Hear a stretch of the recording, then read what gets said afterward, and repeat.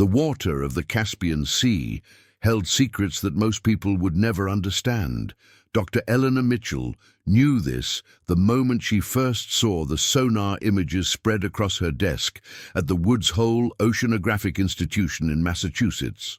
The autumn of 2019 had brought cold winds from the Atlantic, but inside her cramped office the air felt thick with something else entirely.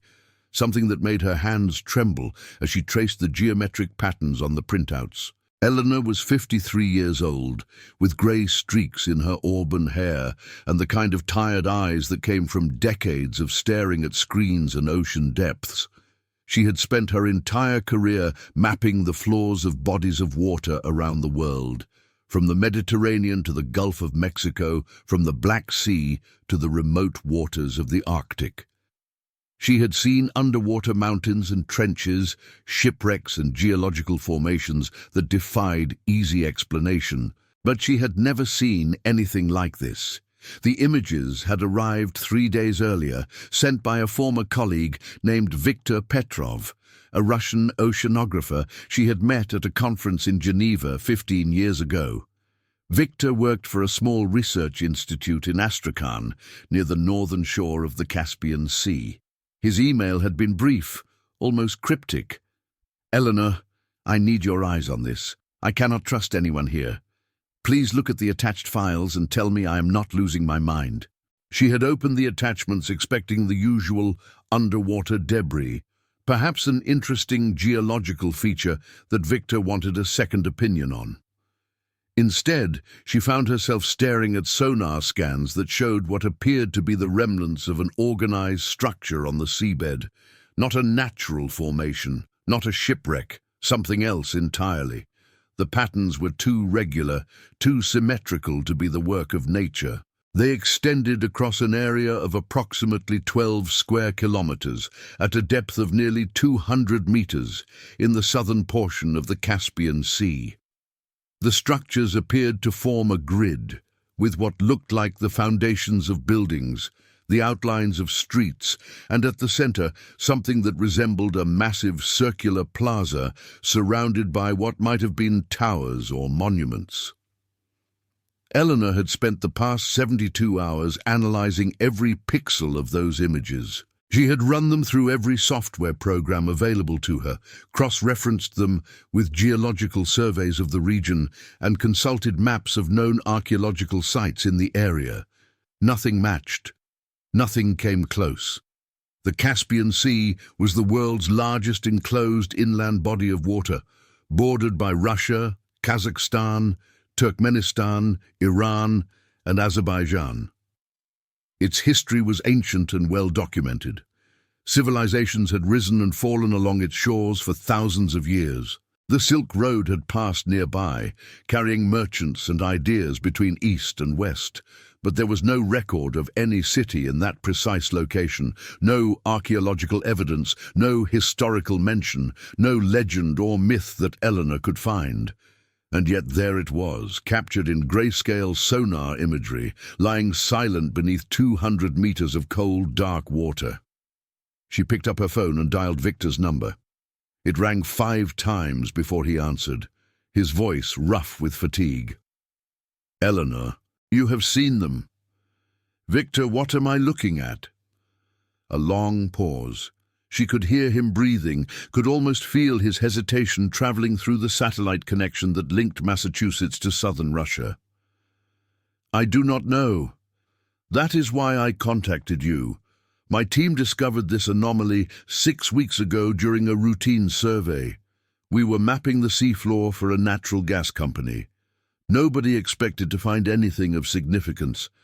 The Caspian has been surveyed many times before, but our equipment was new, more sensitive than anything used previously in that region, and then we saw it. Have you reported this to anyone?" "No, and I will not. Not yet. Eleanor, you do not understand what it is like here. If I report this through official channels, the information will be classified, buried, and I will be reassigned to counting fish in Siberia. Or worse. There are people who do not want certain things to be found." Eleanor frowned. Victor had always been cautious, but this level of paranoia seemed excessive. Victor, we're talking about what looks like an archaeological discovery. Why would anyone want to suppress that? Because of what it might prove. Eleanor, I have been doing research, unofficial research. There are stories, old stories, about a civilization that existed in this region before recorded history, a civilization that was deliberately erased from the historical record. I know how this sounds. I know you think I have been reading too many conspiracy websites, but I'm telling you, what lies at the bottom of that sea does not fit any accepted model of history. And there are people who have built their careers, their institutions, their entire understanding of the world on those accepted models. They will not allow them to be challenged. Eleanor leaned back in her chair, rubbing her eyes. Outside her window, the bare branches of oak trees swayed in the November wind. She had known Victor for 15 years. He was methodical, rational, skeptical to a fault. If he was saying these things, there had to be a reason. What do you want me to do? I want you to come here. I want you to see it for yourself. I have access to a research vessel, equipment, a small team I can trust, but I need someone from outside, someone with your credentials, someone who can verify what we find and help me document it properly. If this is what I think it is, the world deserves to know, and I cannot do it alone. Eleanor thought about her schedule. She had lectures to give, papers to review, graduate students who needed supervision. She had a quiet, predictable life in a quiet, predictable town. She had no business flying halfway around the world to chase what might be nothing more than a geological anomaly that looked like something it was not. But she also knew that she would never forgive herself if she said no. In 30 years of oceanographic research, she had never seen anything like those images. Whatever lay beneath the Caspian Sea, she needed to know what it was. I'll need 2 weeks to arrange things here. Can you wait that long? I have waited my entire career for something like this. I can wait 2 more weeks. Eleanor hung up the phone and stared at the sonar images again. The geometric patterns seemed to pulse in her vision, as if they were trying to communicate something across the gulf of centuries or millennia that separated her from whoever had built them. She thought about what Victor had said about erased civilizations, about histories that did not fit accepted models. It sounded like the ravings of a conspiracy theorist, the kind of pseudo-history that serious academics dismissed with a wave of the hand. But Eleanor had spent enough time studying the depths of the ocean to know that the world was full of things that defied easy explanation. The seafloor was littered with objects and formations that challenged assumptions, that hinted at possibilities beyond the narrow confines of accepted knowledge. What if Victor was right? What if there was something beneath those waters that would force humanity to reconsider everything it thought it knew about its own past? She shook her head, trying to dispel the thought. She was a scientist. She dealt in data, in evidence, in reproducible results. She did not speculate about lost civilizations and historical conspiracies.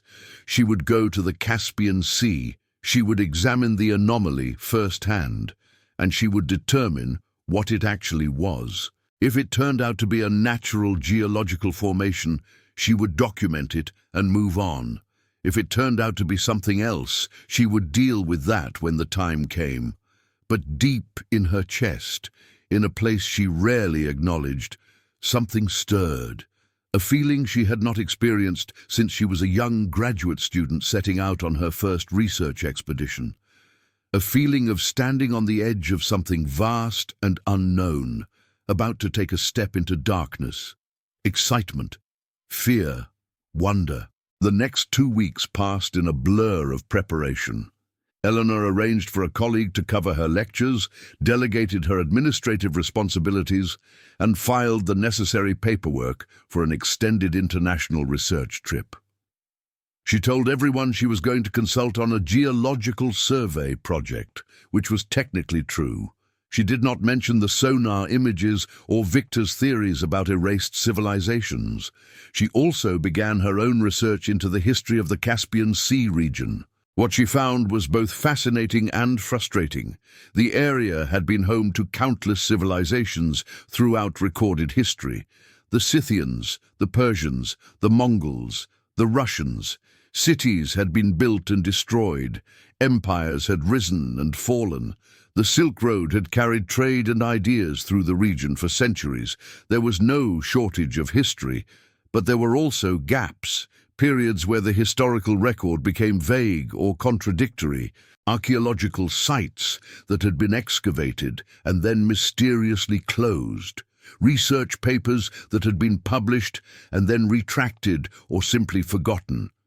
The more Eleanor dug, the more she found herself confronting a pattern of absence, of things that should have been documented but were not, of questions that should have been asked but never were. She found references to legends and myths from the region that spoke of a great civilization that had existed before the dawn of recorded history. A civilization of builders and engineers, of philosophers and scientists, that had achieved wonders beyond anything the modern world could imagine. According to the legends, this civilization had been destroyed in a great catastrophe, its cities swallowed by water and earth, its knowledge lost to time. The survivors had scattered across the world, carrying fragments of their wisdom with them, fragments that had influenced every civilization that came after. Eleanor recognized these legends for what they were. Every culture had myths of lost golden ages, of ancestors who were wiser and more powerful than their descendants. It was a universal human tendency to imagine that the past was better than the present. The stories about this ancient civilization were almost certainly nothing more than embroidered memories of actual historical societies, mixed with wishful thinking and cultural transmission errors. And yet, as she looked at Victor's sonar images again, she could not entirely dismiss them. The structures on the seafloor were too precise, too organized to be natural formations. If they were artificial, someone had built them. And if someone had built them, there had to be a history behind them, even if that history had been lost or forgotten or deliberately suppressed. The night before her flight, Eleanor sat in her living room with a glass of wine, watching the fire crackle in the fireplace. Her cat, a grey tabby named Archimedes, dozed on her lap. The house was quiet, peaceful, familiar.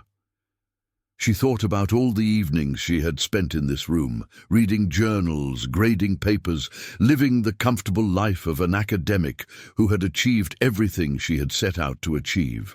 She was about to leave all of that behind, at least for a while. She was about to chase a mystery that might turn out to be nothing, or it might turn out to be everything. Archimedes stirred and looked up at her with half-closed eyes. "What do you think, old friend?" she asked. "Am I making a mistake?" The cat offered no answer, just yawned and went back to sleep. Eleanor smiled and finished her wine. Tomorrow she would begin the journey to the Caspian Sea. Tomorrow she would take the first step toward whatever waited for her in those cold, dark waters. She did not know it then, but her life was about to change forever. The woman who boarded the plane in Boston was not the same woman who would eventually return. Something in those depths would reach up and touch her, would show her things she could never unsee, would ask questions she would spend the rest of her life trying to answer. But that was still in the future. For now, there was only the night, the fire, the sleeping cat, and the quiet anticipation of a mystery waiting to be solved. Check if you're already subscribed to this channel. If this story has captured your imagination, if you feel the pull of hidden history and forgotten truths, then join us on this journey. Subscribe now, because what you are about to discover will change the way you see the world forever. The city of Astrakhan rose from the banks of the Volga River like a fever dream of onion domes and crumbling Soviet architecture. Eleanor arrived on a grey December morning. the sky heavy with clouds that promised snow but never delivered. Victor met her at the airport, a tall man with a weathered face and eyes that seemed to carry the weight of everything he had seen in 60 years of life. They embraced like the old friends they were, though they had not seen each other in person for nearly a decade. Victor's hair had gone completely white since their last meeting, and there were new lines around his eyes and mouth. But his handshake was still firm, his gaze still sharp. "You came," he said.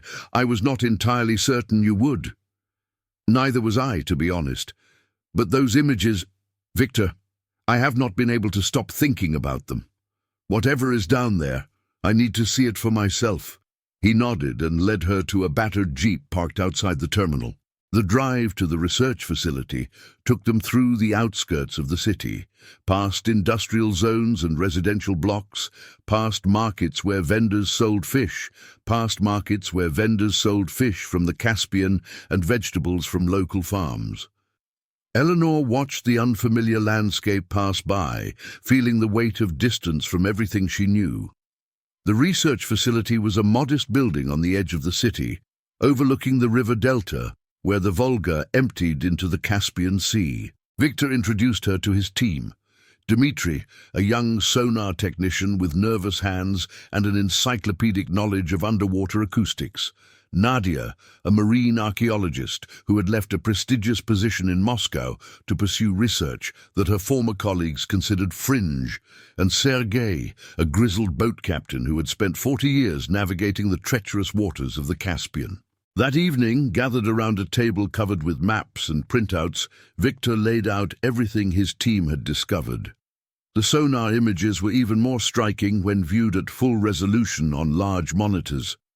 Eleanor could see details she had missed before, what appeared to be the foundations of massive structures, channels that might have been canals or streets, and at the center of it all, that enormous circular formation surrounded by what looked like the remnants of towers. "We have been analyzing these images for 2 months, Victor said.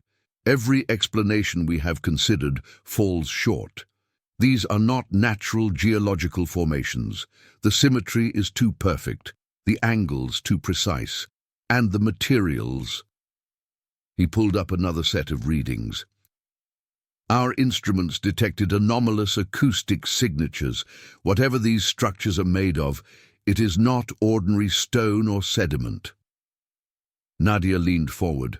"I have cross-referenced every known archaeological site in the region. There is nothing in the historical record that matches this location or this scale. We are looking at something that officially does not exist."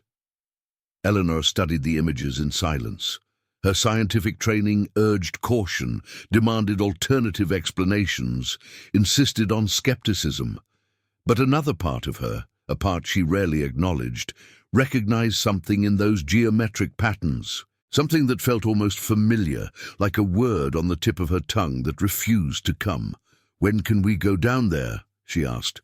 Victor exchanged glances with his team. "We leave tomorrow morning. The weather window is narrow. A storm is coming from the north in 3 days. If we want to see this with our own eyes, we must move quickly." The research vessel was called the Academic Petrov, a converted fishing trawler equipped with sonar arrays, diving equipment, and a small submersible capable of reaching depths of 300 meters. They set out before dawn, the lights of Astrakhan fading behind them as they headed south into the open waters of the Caspian.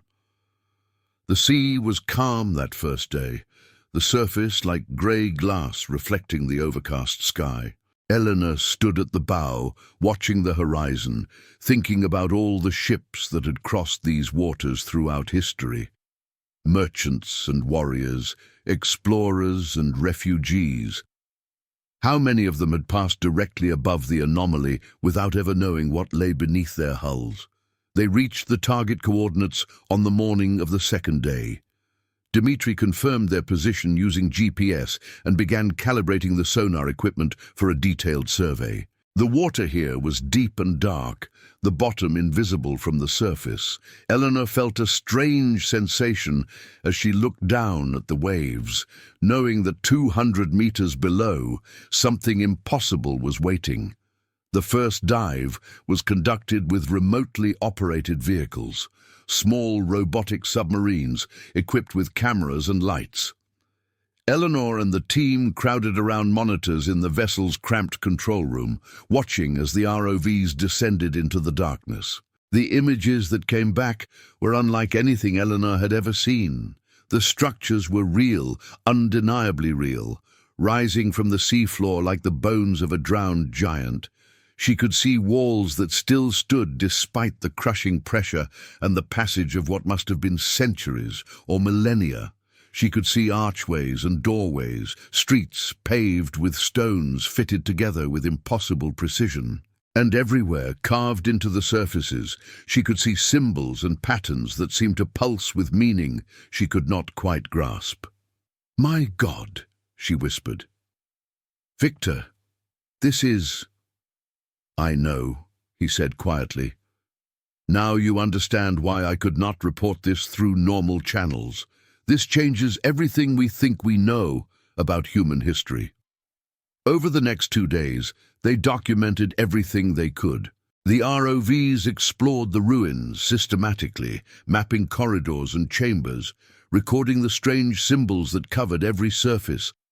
Nadia identified what appeared to be a central temple or palace, a massive structure at the heart of the sunken city that dwarfed everything around it.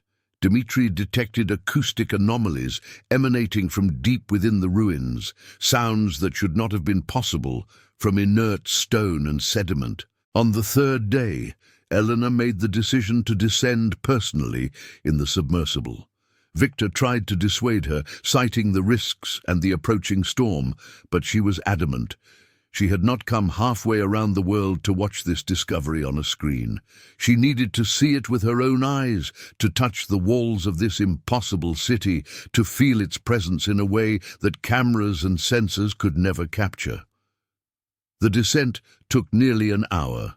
Eleanor sat in the cramped sphere of the submersible, watching the light fade from blue to black as they sank deeper and deeper. Beside her, Sergei operated the controls with the calm efficiency of a man who had done this 1,000 times. And then, emerging from the darkness like a vision from a dream, the city appeared. Eleanor pressed her face against the viewport, her breath fogging the glass. The submersible's lights illuminated walls of a material she could not identify, smooth and dark, with a faint iridescence that seemed to shift and flow as they passed.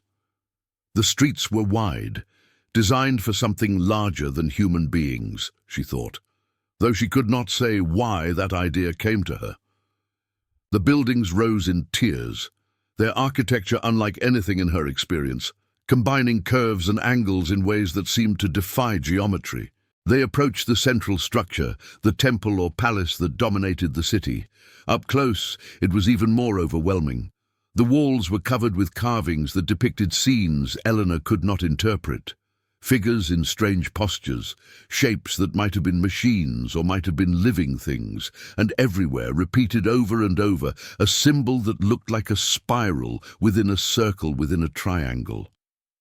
"What is this place?" she whispered, not expecting an answer. But as she stared at those ancient walls, she felt something stir in her mind.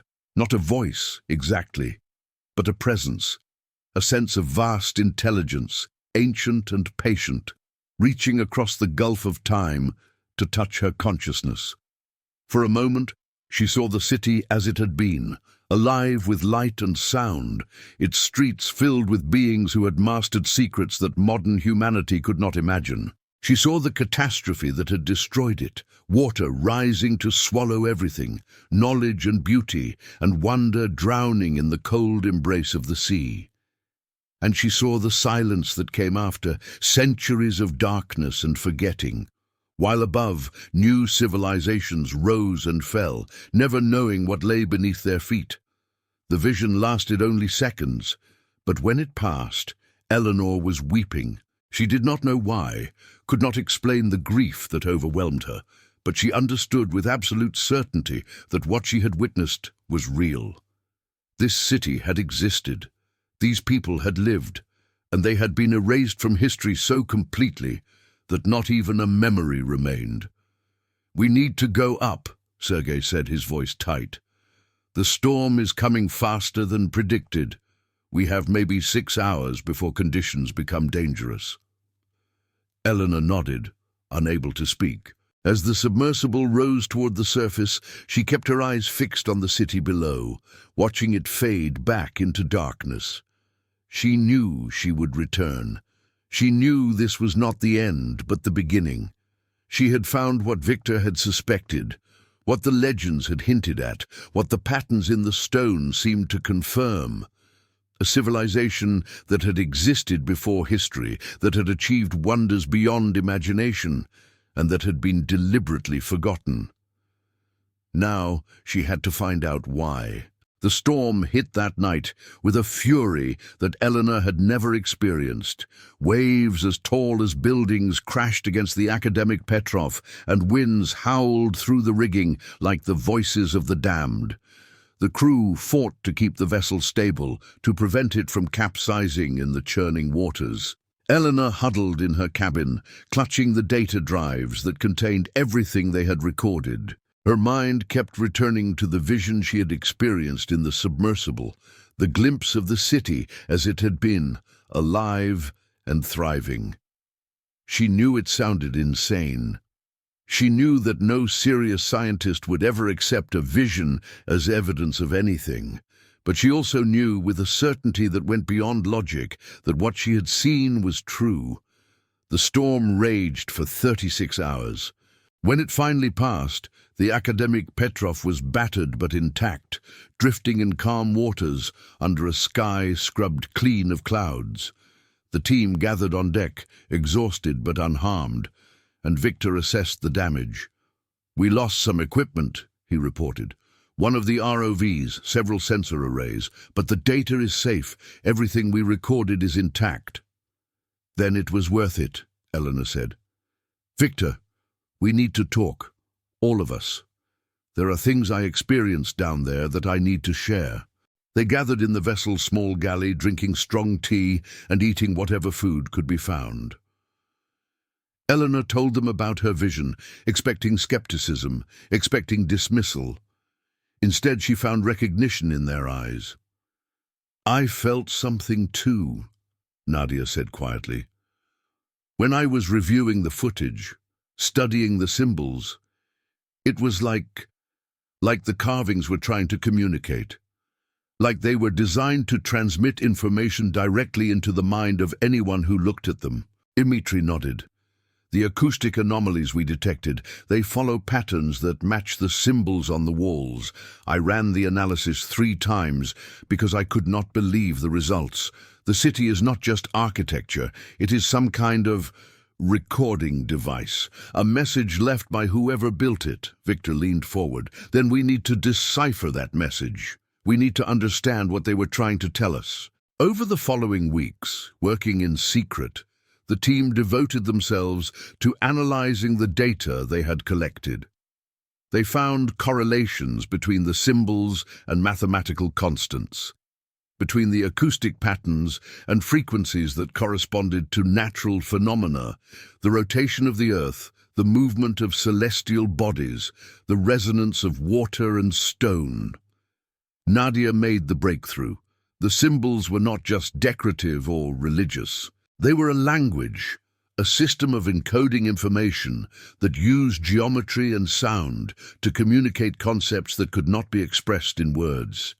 And the message they conveyed was extraordinary. The builders of the sunken city had called themselves the Keepers of Resonance. They had understood that the universe was built on vibration, on frequencies that connected everything from the smallest particle to the largest galaxy. They had learned to harness those frequencies, to build structures that amplified and directed energy in ways that modern science would consider impossible. Their cities had been nodes in a global network, connected by channels of resonance that allowed instantaneous communication and transportation across vast distances. But they had also understood that such power carried responsibility. They had seen the danger of their knowledge falling into the wrong hands, of being used for destruction rather than creation. And so, when they sensed that their time was ending, they had chosen to disappear. They had allowed their cities to be swallowed by water and earth, their knowledge to fade from human memory. They had become a myth, a whisper, a feeling of loss that echoed through the centuries. But they had left behind a message for anyone who might find their ruins. A warning and an invitation. The warning was that the knowledge they had possessed could destroy as easily as it could create, and that humanity was not yet ready to wield it. The invitation was that one day, when humanity had evolved beyond its capacity for destruction, the secrets of the Keepers would be revealed again. Eleanor read Nadia's translation with trembling hands. It confirmed everything she had sensed in her vision, everything she had felt since the first moment she saw Victor's sonar images. The sunken city was not just an archaeological curiosity. It was a testament to a lost civilization that had achieved something humanity had never replicated, and it raised questions that Eleanor did not know how to answer. Who had erased the Keepers from history? Why had their existence been so thoroughly suppressed? And what would happen now that their city had been found? If this story has touched something deep within you, if you feel the echo of forgotten truths resonating in your soul, then leave a comment right now saying, "I remember." Let us know that you are part of this journey, that you understand what has been lost and what might yet be found. Leave your comment. I remember. They returned to Astrakhan with data that could reshape human understanding of history. But as Victor had predicted, they also returned to danger. Within days of their arrival, strange things began to happen. Victor's office was broken into, though nothing appeared to be stolen. Dmitri noticed he was being followed whenever he left his apartment. Nadia received a phone call from an unknown number, a voice that simply said, "Stop," before the line went dead. Eleanor knew they were being watched, that someone had learned of their discovery and wanted it buried. She also knew that going public with their findings would be nearly impossible. They had data, but data could be explained away, dismissed, attributed to equipment malfunction or wishful thinking, without corroborating evidence, without the support of established institutions. They would be labeled cranks and conspiracy theorists. The decision came in the middle of the night, during a secret meeting in an abandoned warehouse on the outskirts of the city. Victor had called them together with urgency in his voice. "I have received an offer," he said, "from someone with resources and influence, someone who claims to have been searching for the Keepers for decades. They want to help us continue our research, to protect us from those who want the discovery suppressed. But in exchange, they want exclusive access to everything we have found." "Who are these people?" Eleanor asked. "I do not know, not exactly. They call themselves the Guardians of Memory. They claim to be descendants of survivors of the catastrophe that destroyed the Keepers. They say they have been waiting for someone to find the sunken city, to fulfill a prophecy that has been passed down through generations." The team debated for hours. Some wanted to accept the offer to gain protection and resources. Others feared that they would be trading one form of suppression for another. In the end, they reached a compromise. They would meet with the Guardians, hear what they had to say, and make a final decision based on what they learned. The meeting took place 3 days later in a villa on the shores of the Caspian Sea. The Guardians were represented by a woman who introduced herself only as Elena, an elegant figure with silver hair and eyes that seemed to hold centuries of knowledge. She confirmed what they had discovered and revealed more. The Keepers had not vanished entirely. Some had survived the catastrophe, had scattered across the world, had integrated into emerging civilizations while preserving fragments of their knowledge in secret. The Guardians were their descendants, tasked with protecting the memory of what had been lost and preparing for the day when it might be recovered. "The city you found is one of many," Eleanor said. "There are ruins beneath every ocean, buried under every desert. The world is built on the bones of the keepers, and most of humanity walks through life without ever knowing." "Why keep it secret?" Eleanor asked. "If this knowledge could help humanity, why hide it?" Elena's expression was sad.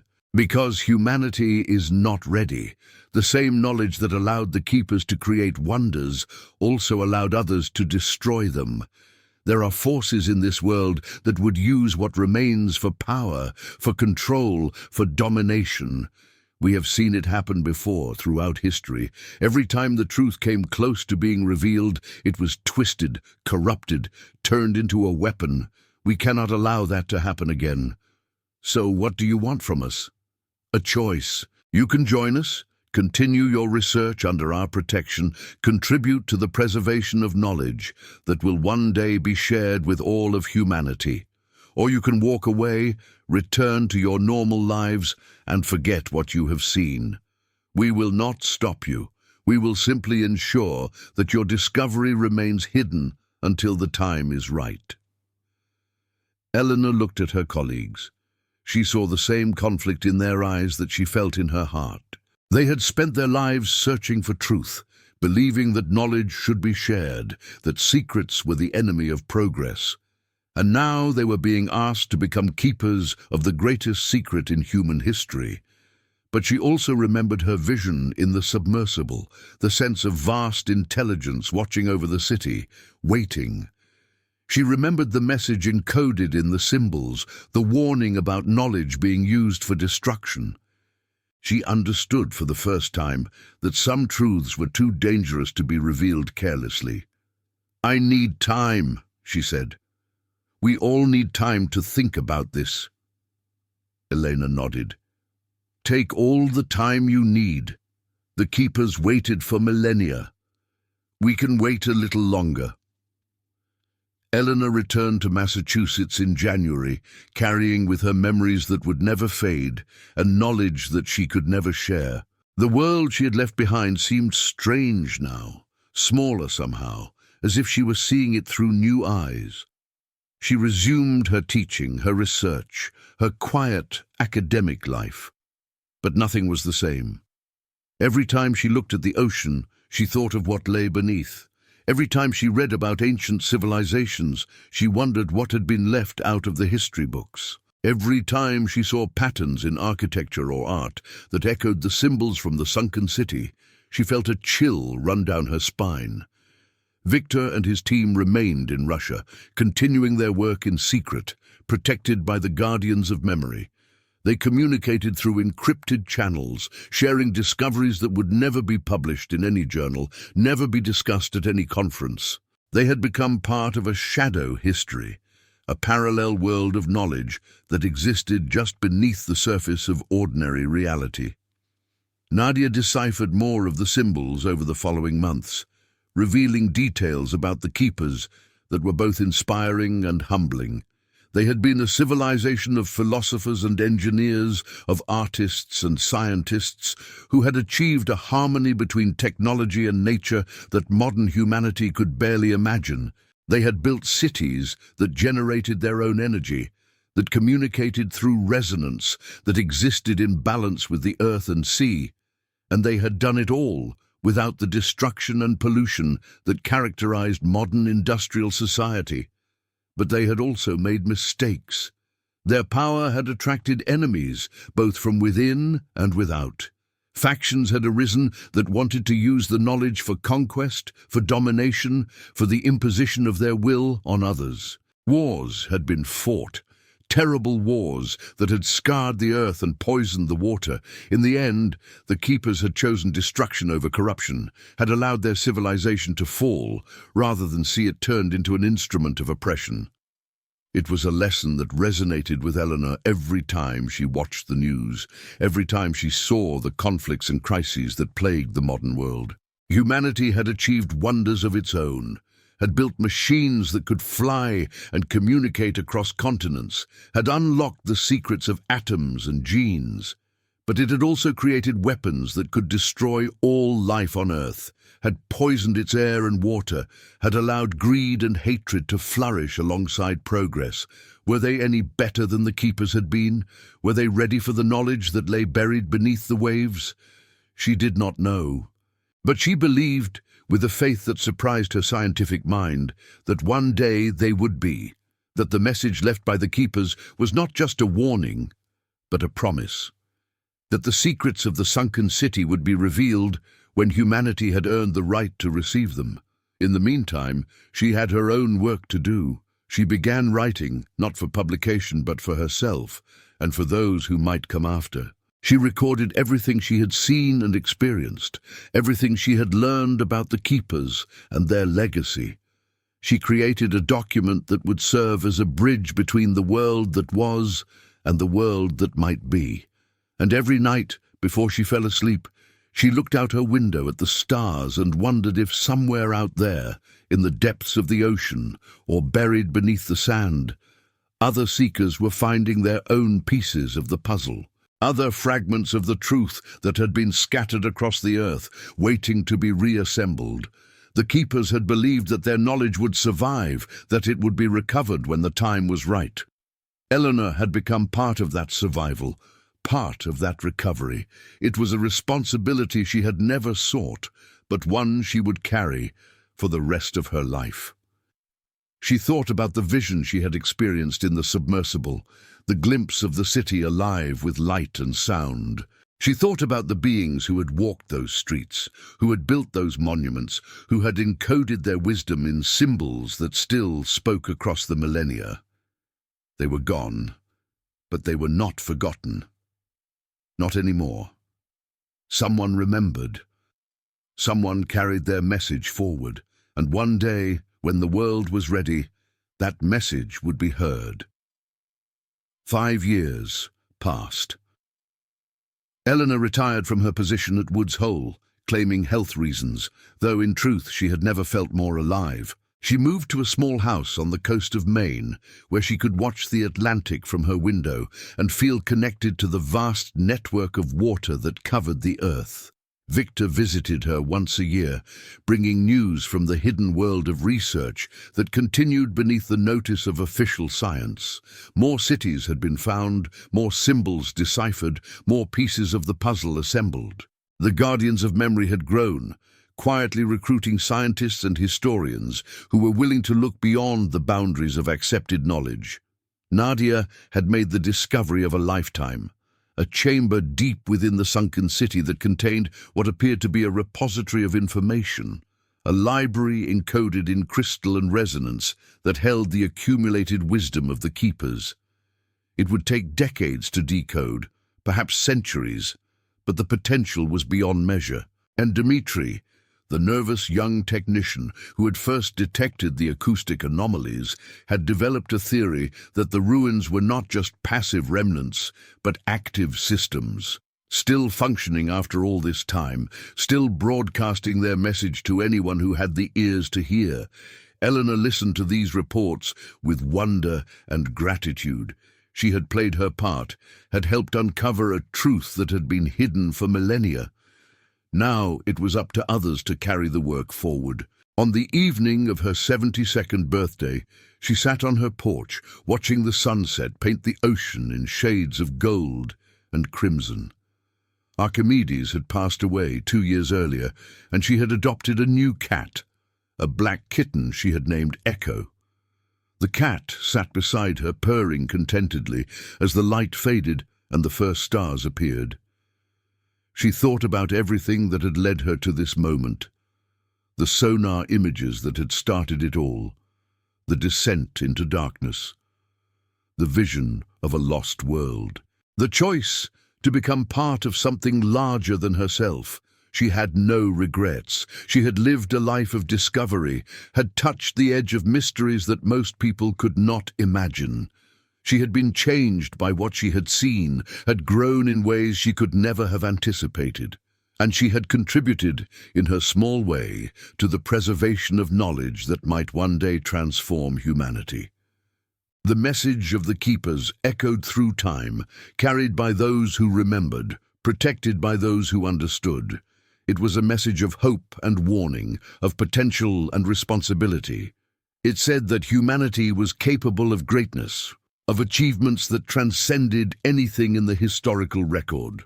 But it also said that greatness carried a price, that power without wisdom led only to destruction. Eleanor believed that humanity would eventually pay that price, would earn the right to inherit the knowledge of the keepers. She might not live to see it, but she had faith that it would happen. The truth could not be suppressed forever. The echo of the sunken city would continue to resonate until someone heard it, until the world was ready to remember what it had forgotten. She closed her eyes and listened to the sound of the waves. In that rhythm, she could almost hear the voice of the ancient city, calling across the centuries, patient and eternal, waiting for the day when humanity would finally come home. The stars brightened overhead, the same stars that had shone down on the keepers in their glory, the same stars that would shine long after Eleanor and everyone she knew had returned to dust. In their light, she saw the continuity of existence, the thread that connected past to present to future.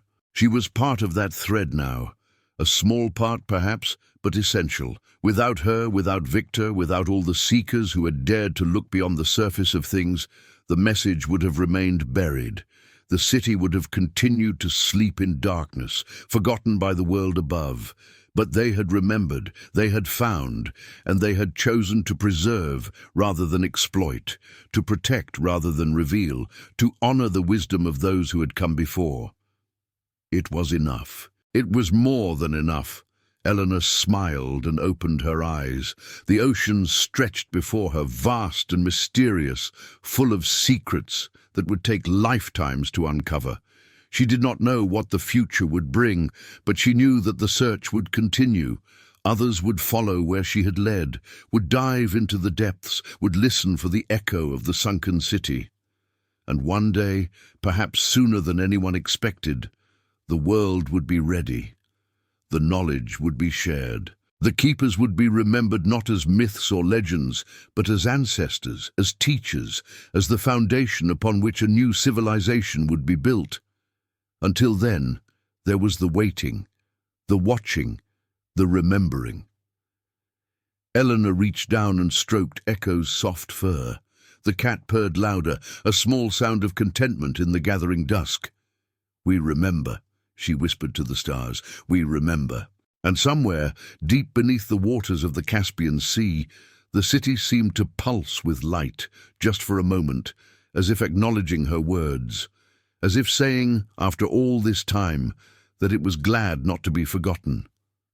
The end was also a beginning. Every discovery opened doors to new mysteries. Every answer raised new questions. The universe was infinite, and humanity was only beginning to understand its place within it. But they were learning, slowly, painfully, with setbacks and failures and moments of despair. They were learning. And as long as there were people like Eleanor, like Victor, like all the nameless seekers who refused to accept the boundaries of conventional knowledge, the learning would continue, the echo would persist, the memory would survive. The sunken city had waited for millennia. It could wait a little longer. Because hope was patient and truth was eternal, and the human spirit would never stop searching for what had been lost. In the darkness beneath the waves, the symbols carved by ancient hands continued to pulse with their silent message. A message of love, of loss, of legacy. A message that said, "You are not alone. You have never been alone. We are here, waiting, whenever you are ready. Ready to remember, ready to rebuild, ready to become what you were always meant to be." The ocean kept its secrets, but not forever. Nothing lasted forever except the yearning for truth, the hunger for understanding, the belief that somewhere, somehow, the answers existed. Eleanor knew this. She had always known it. It was why she had become a scientist, why she had devoted her life to exploring the unknown. And now, at the end of her journey, she understood that the unknown was not something to be conquered, but something to be embraced. The city beneath the sea was a reminder of what was possible, a promise of what could be achieved, a warning of what could be lost. Humanity would heed that warning or repeat the mistakes of the past. The choice was theirs to make, as it had always been. But Eleanor believed they would choose wisely. She believed in the capacity for growth, for change, for transcendence. She believed that the same species that had created weapons of mass destruction could also create wonders beyond imagination. It was a faith based not on evidence, but on hope. And hope, she had learned, was sometimes the most powerful force in the universe. The sun had set completely now, and the sky was full of stars. Eleanor sat in the darkness, feeling the cool breeze from the ocean, listening to the eternal rhythm of the waves. She was at peace. She had done what she could. The rest was up to others, but she would continue to watch, to wait, to remember. Until her last breath, she would carry the echo of the sunken city in her heart. And when she was gone, others would carry it forward. The chain would not be broken. The memory would not die. Because some truths were too important to be forgotten, some secrets were too precious to be lost, and the city beneath the Caspian Sea would continue to wait, patient and eternal, for the day when humanity would finally be ready to hear its voice. If you watched this far, it's because this story truly touched you. Leave a comment saying, "I watched until the end," so I can get to know you and know who really appreciates the stories on this channel. If this narrative resonated with your soul, if you felt the echo of forgotten truths, then hit the like button and share this video with someone who also seeks what lies beneath the surface of history. And if you haven't already, subscribe to this channel and turn on notifications. More mysteries await. More secrets remain to be uncovered. Join us on this journey of discovery, and together we will remember what the world has forgotten. Until next time, keep searching, keep questioning, keep remembering. The truth is out there, waiting to be found.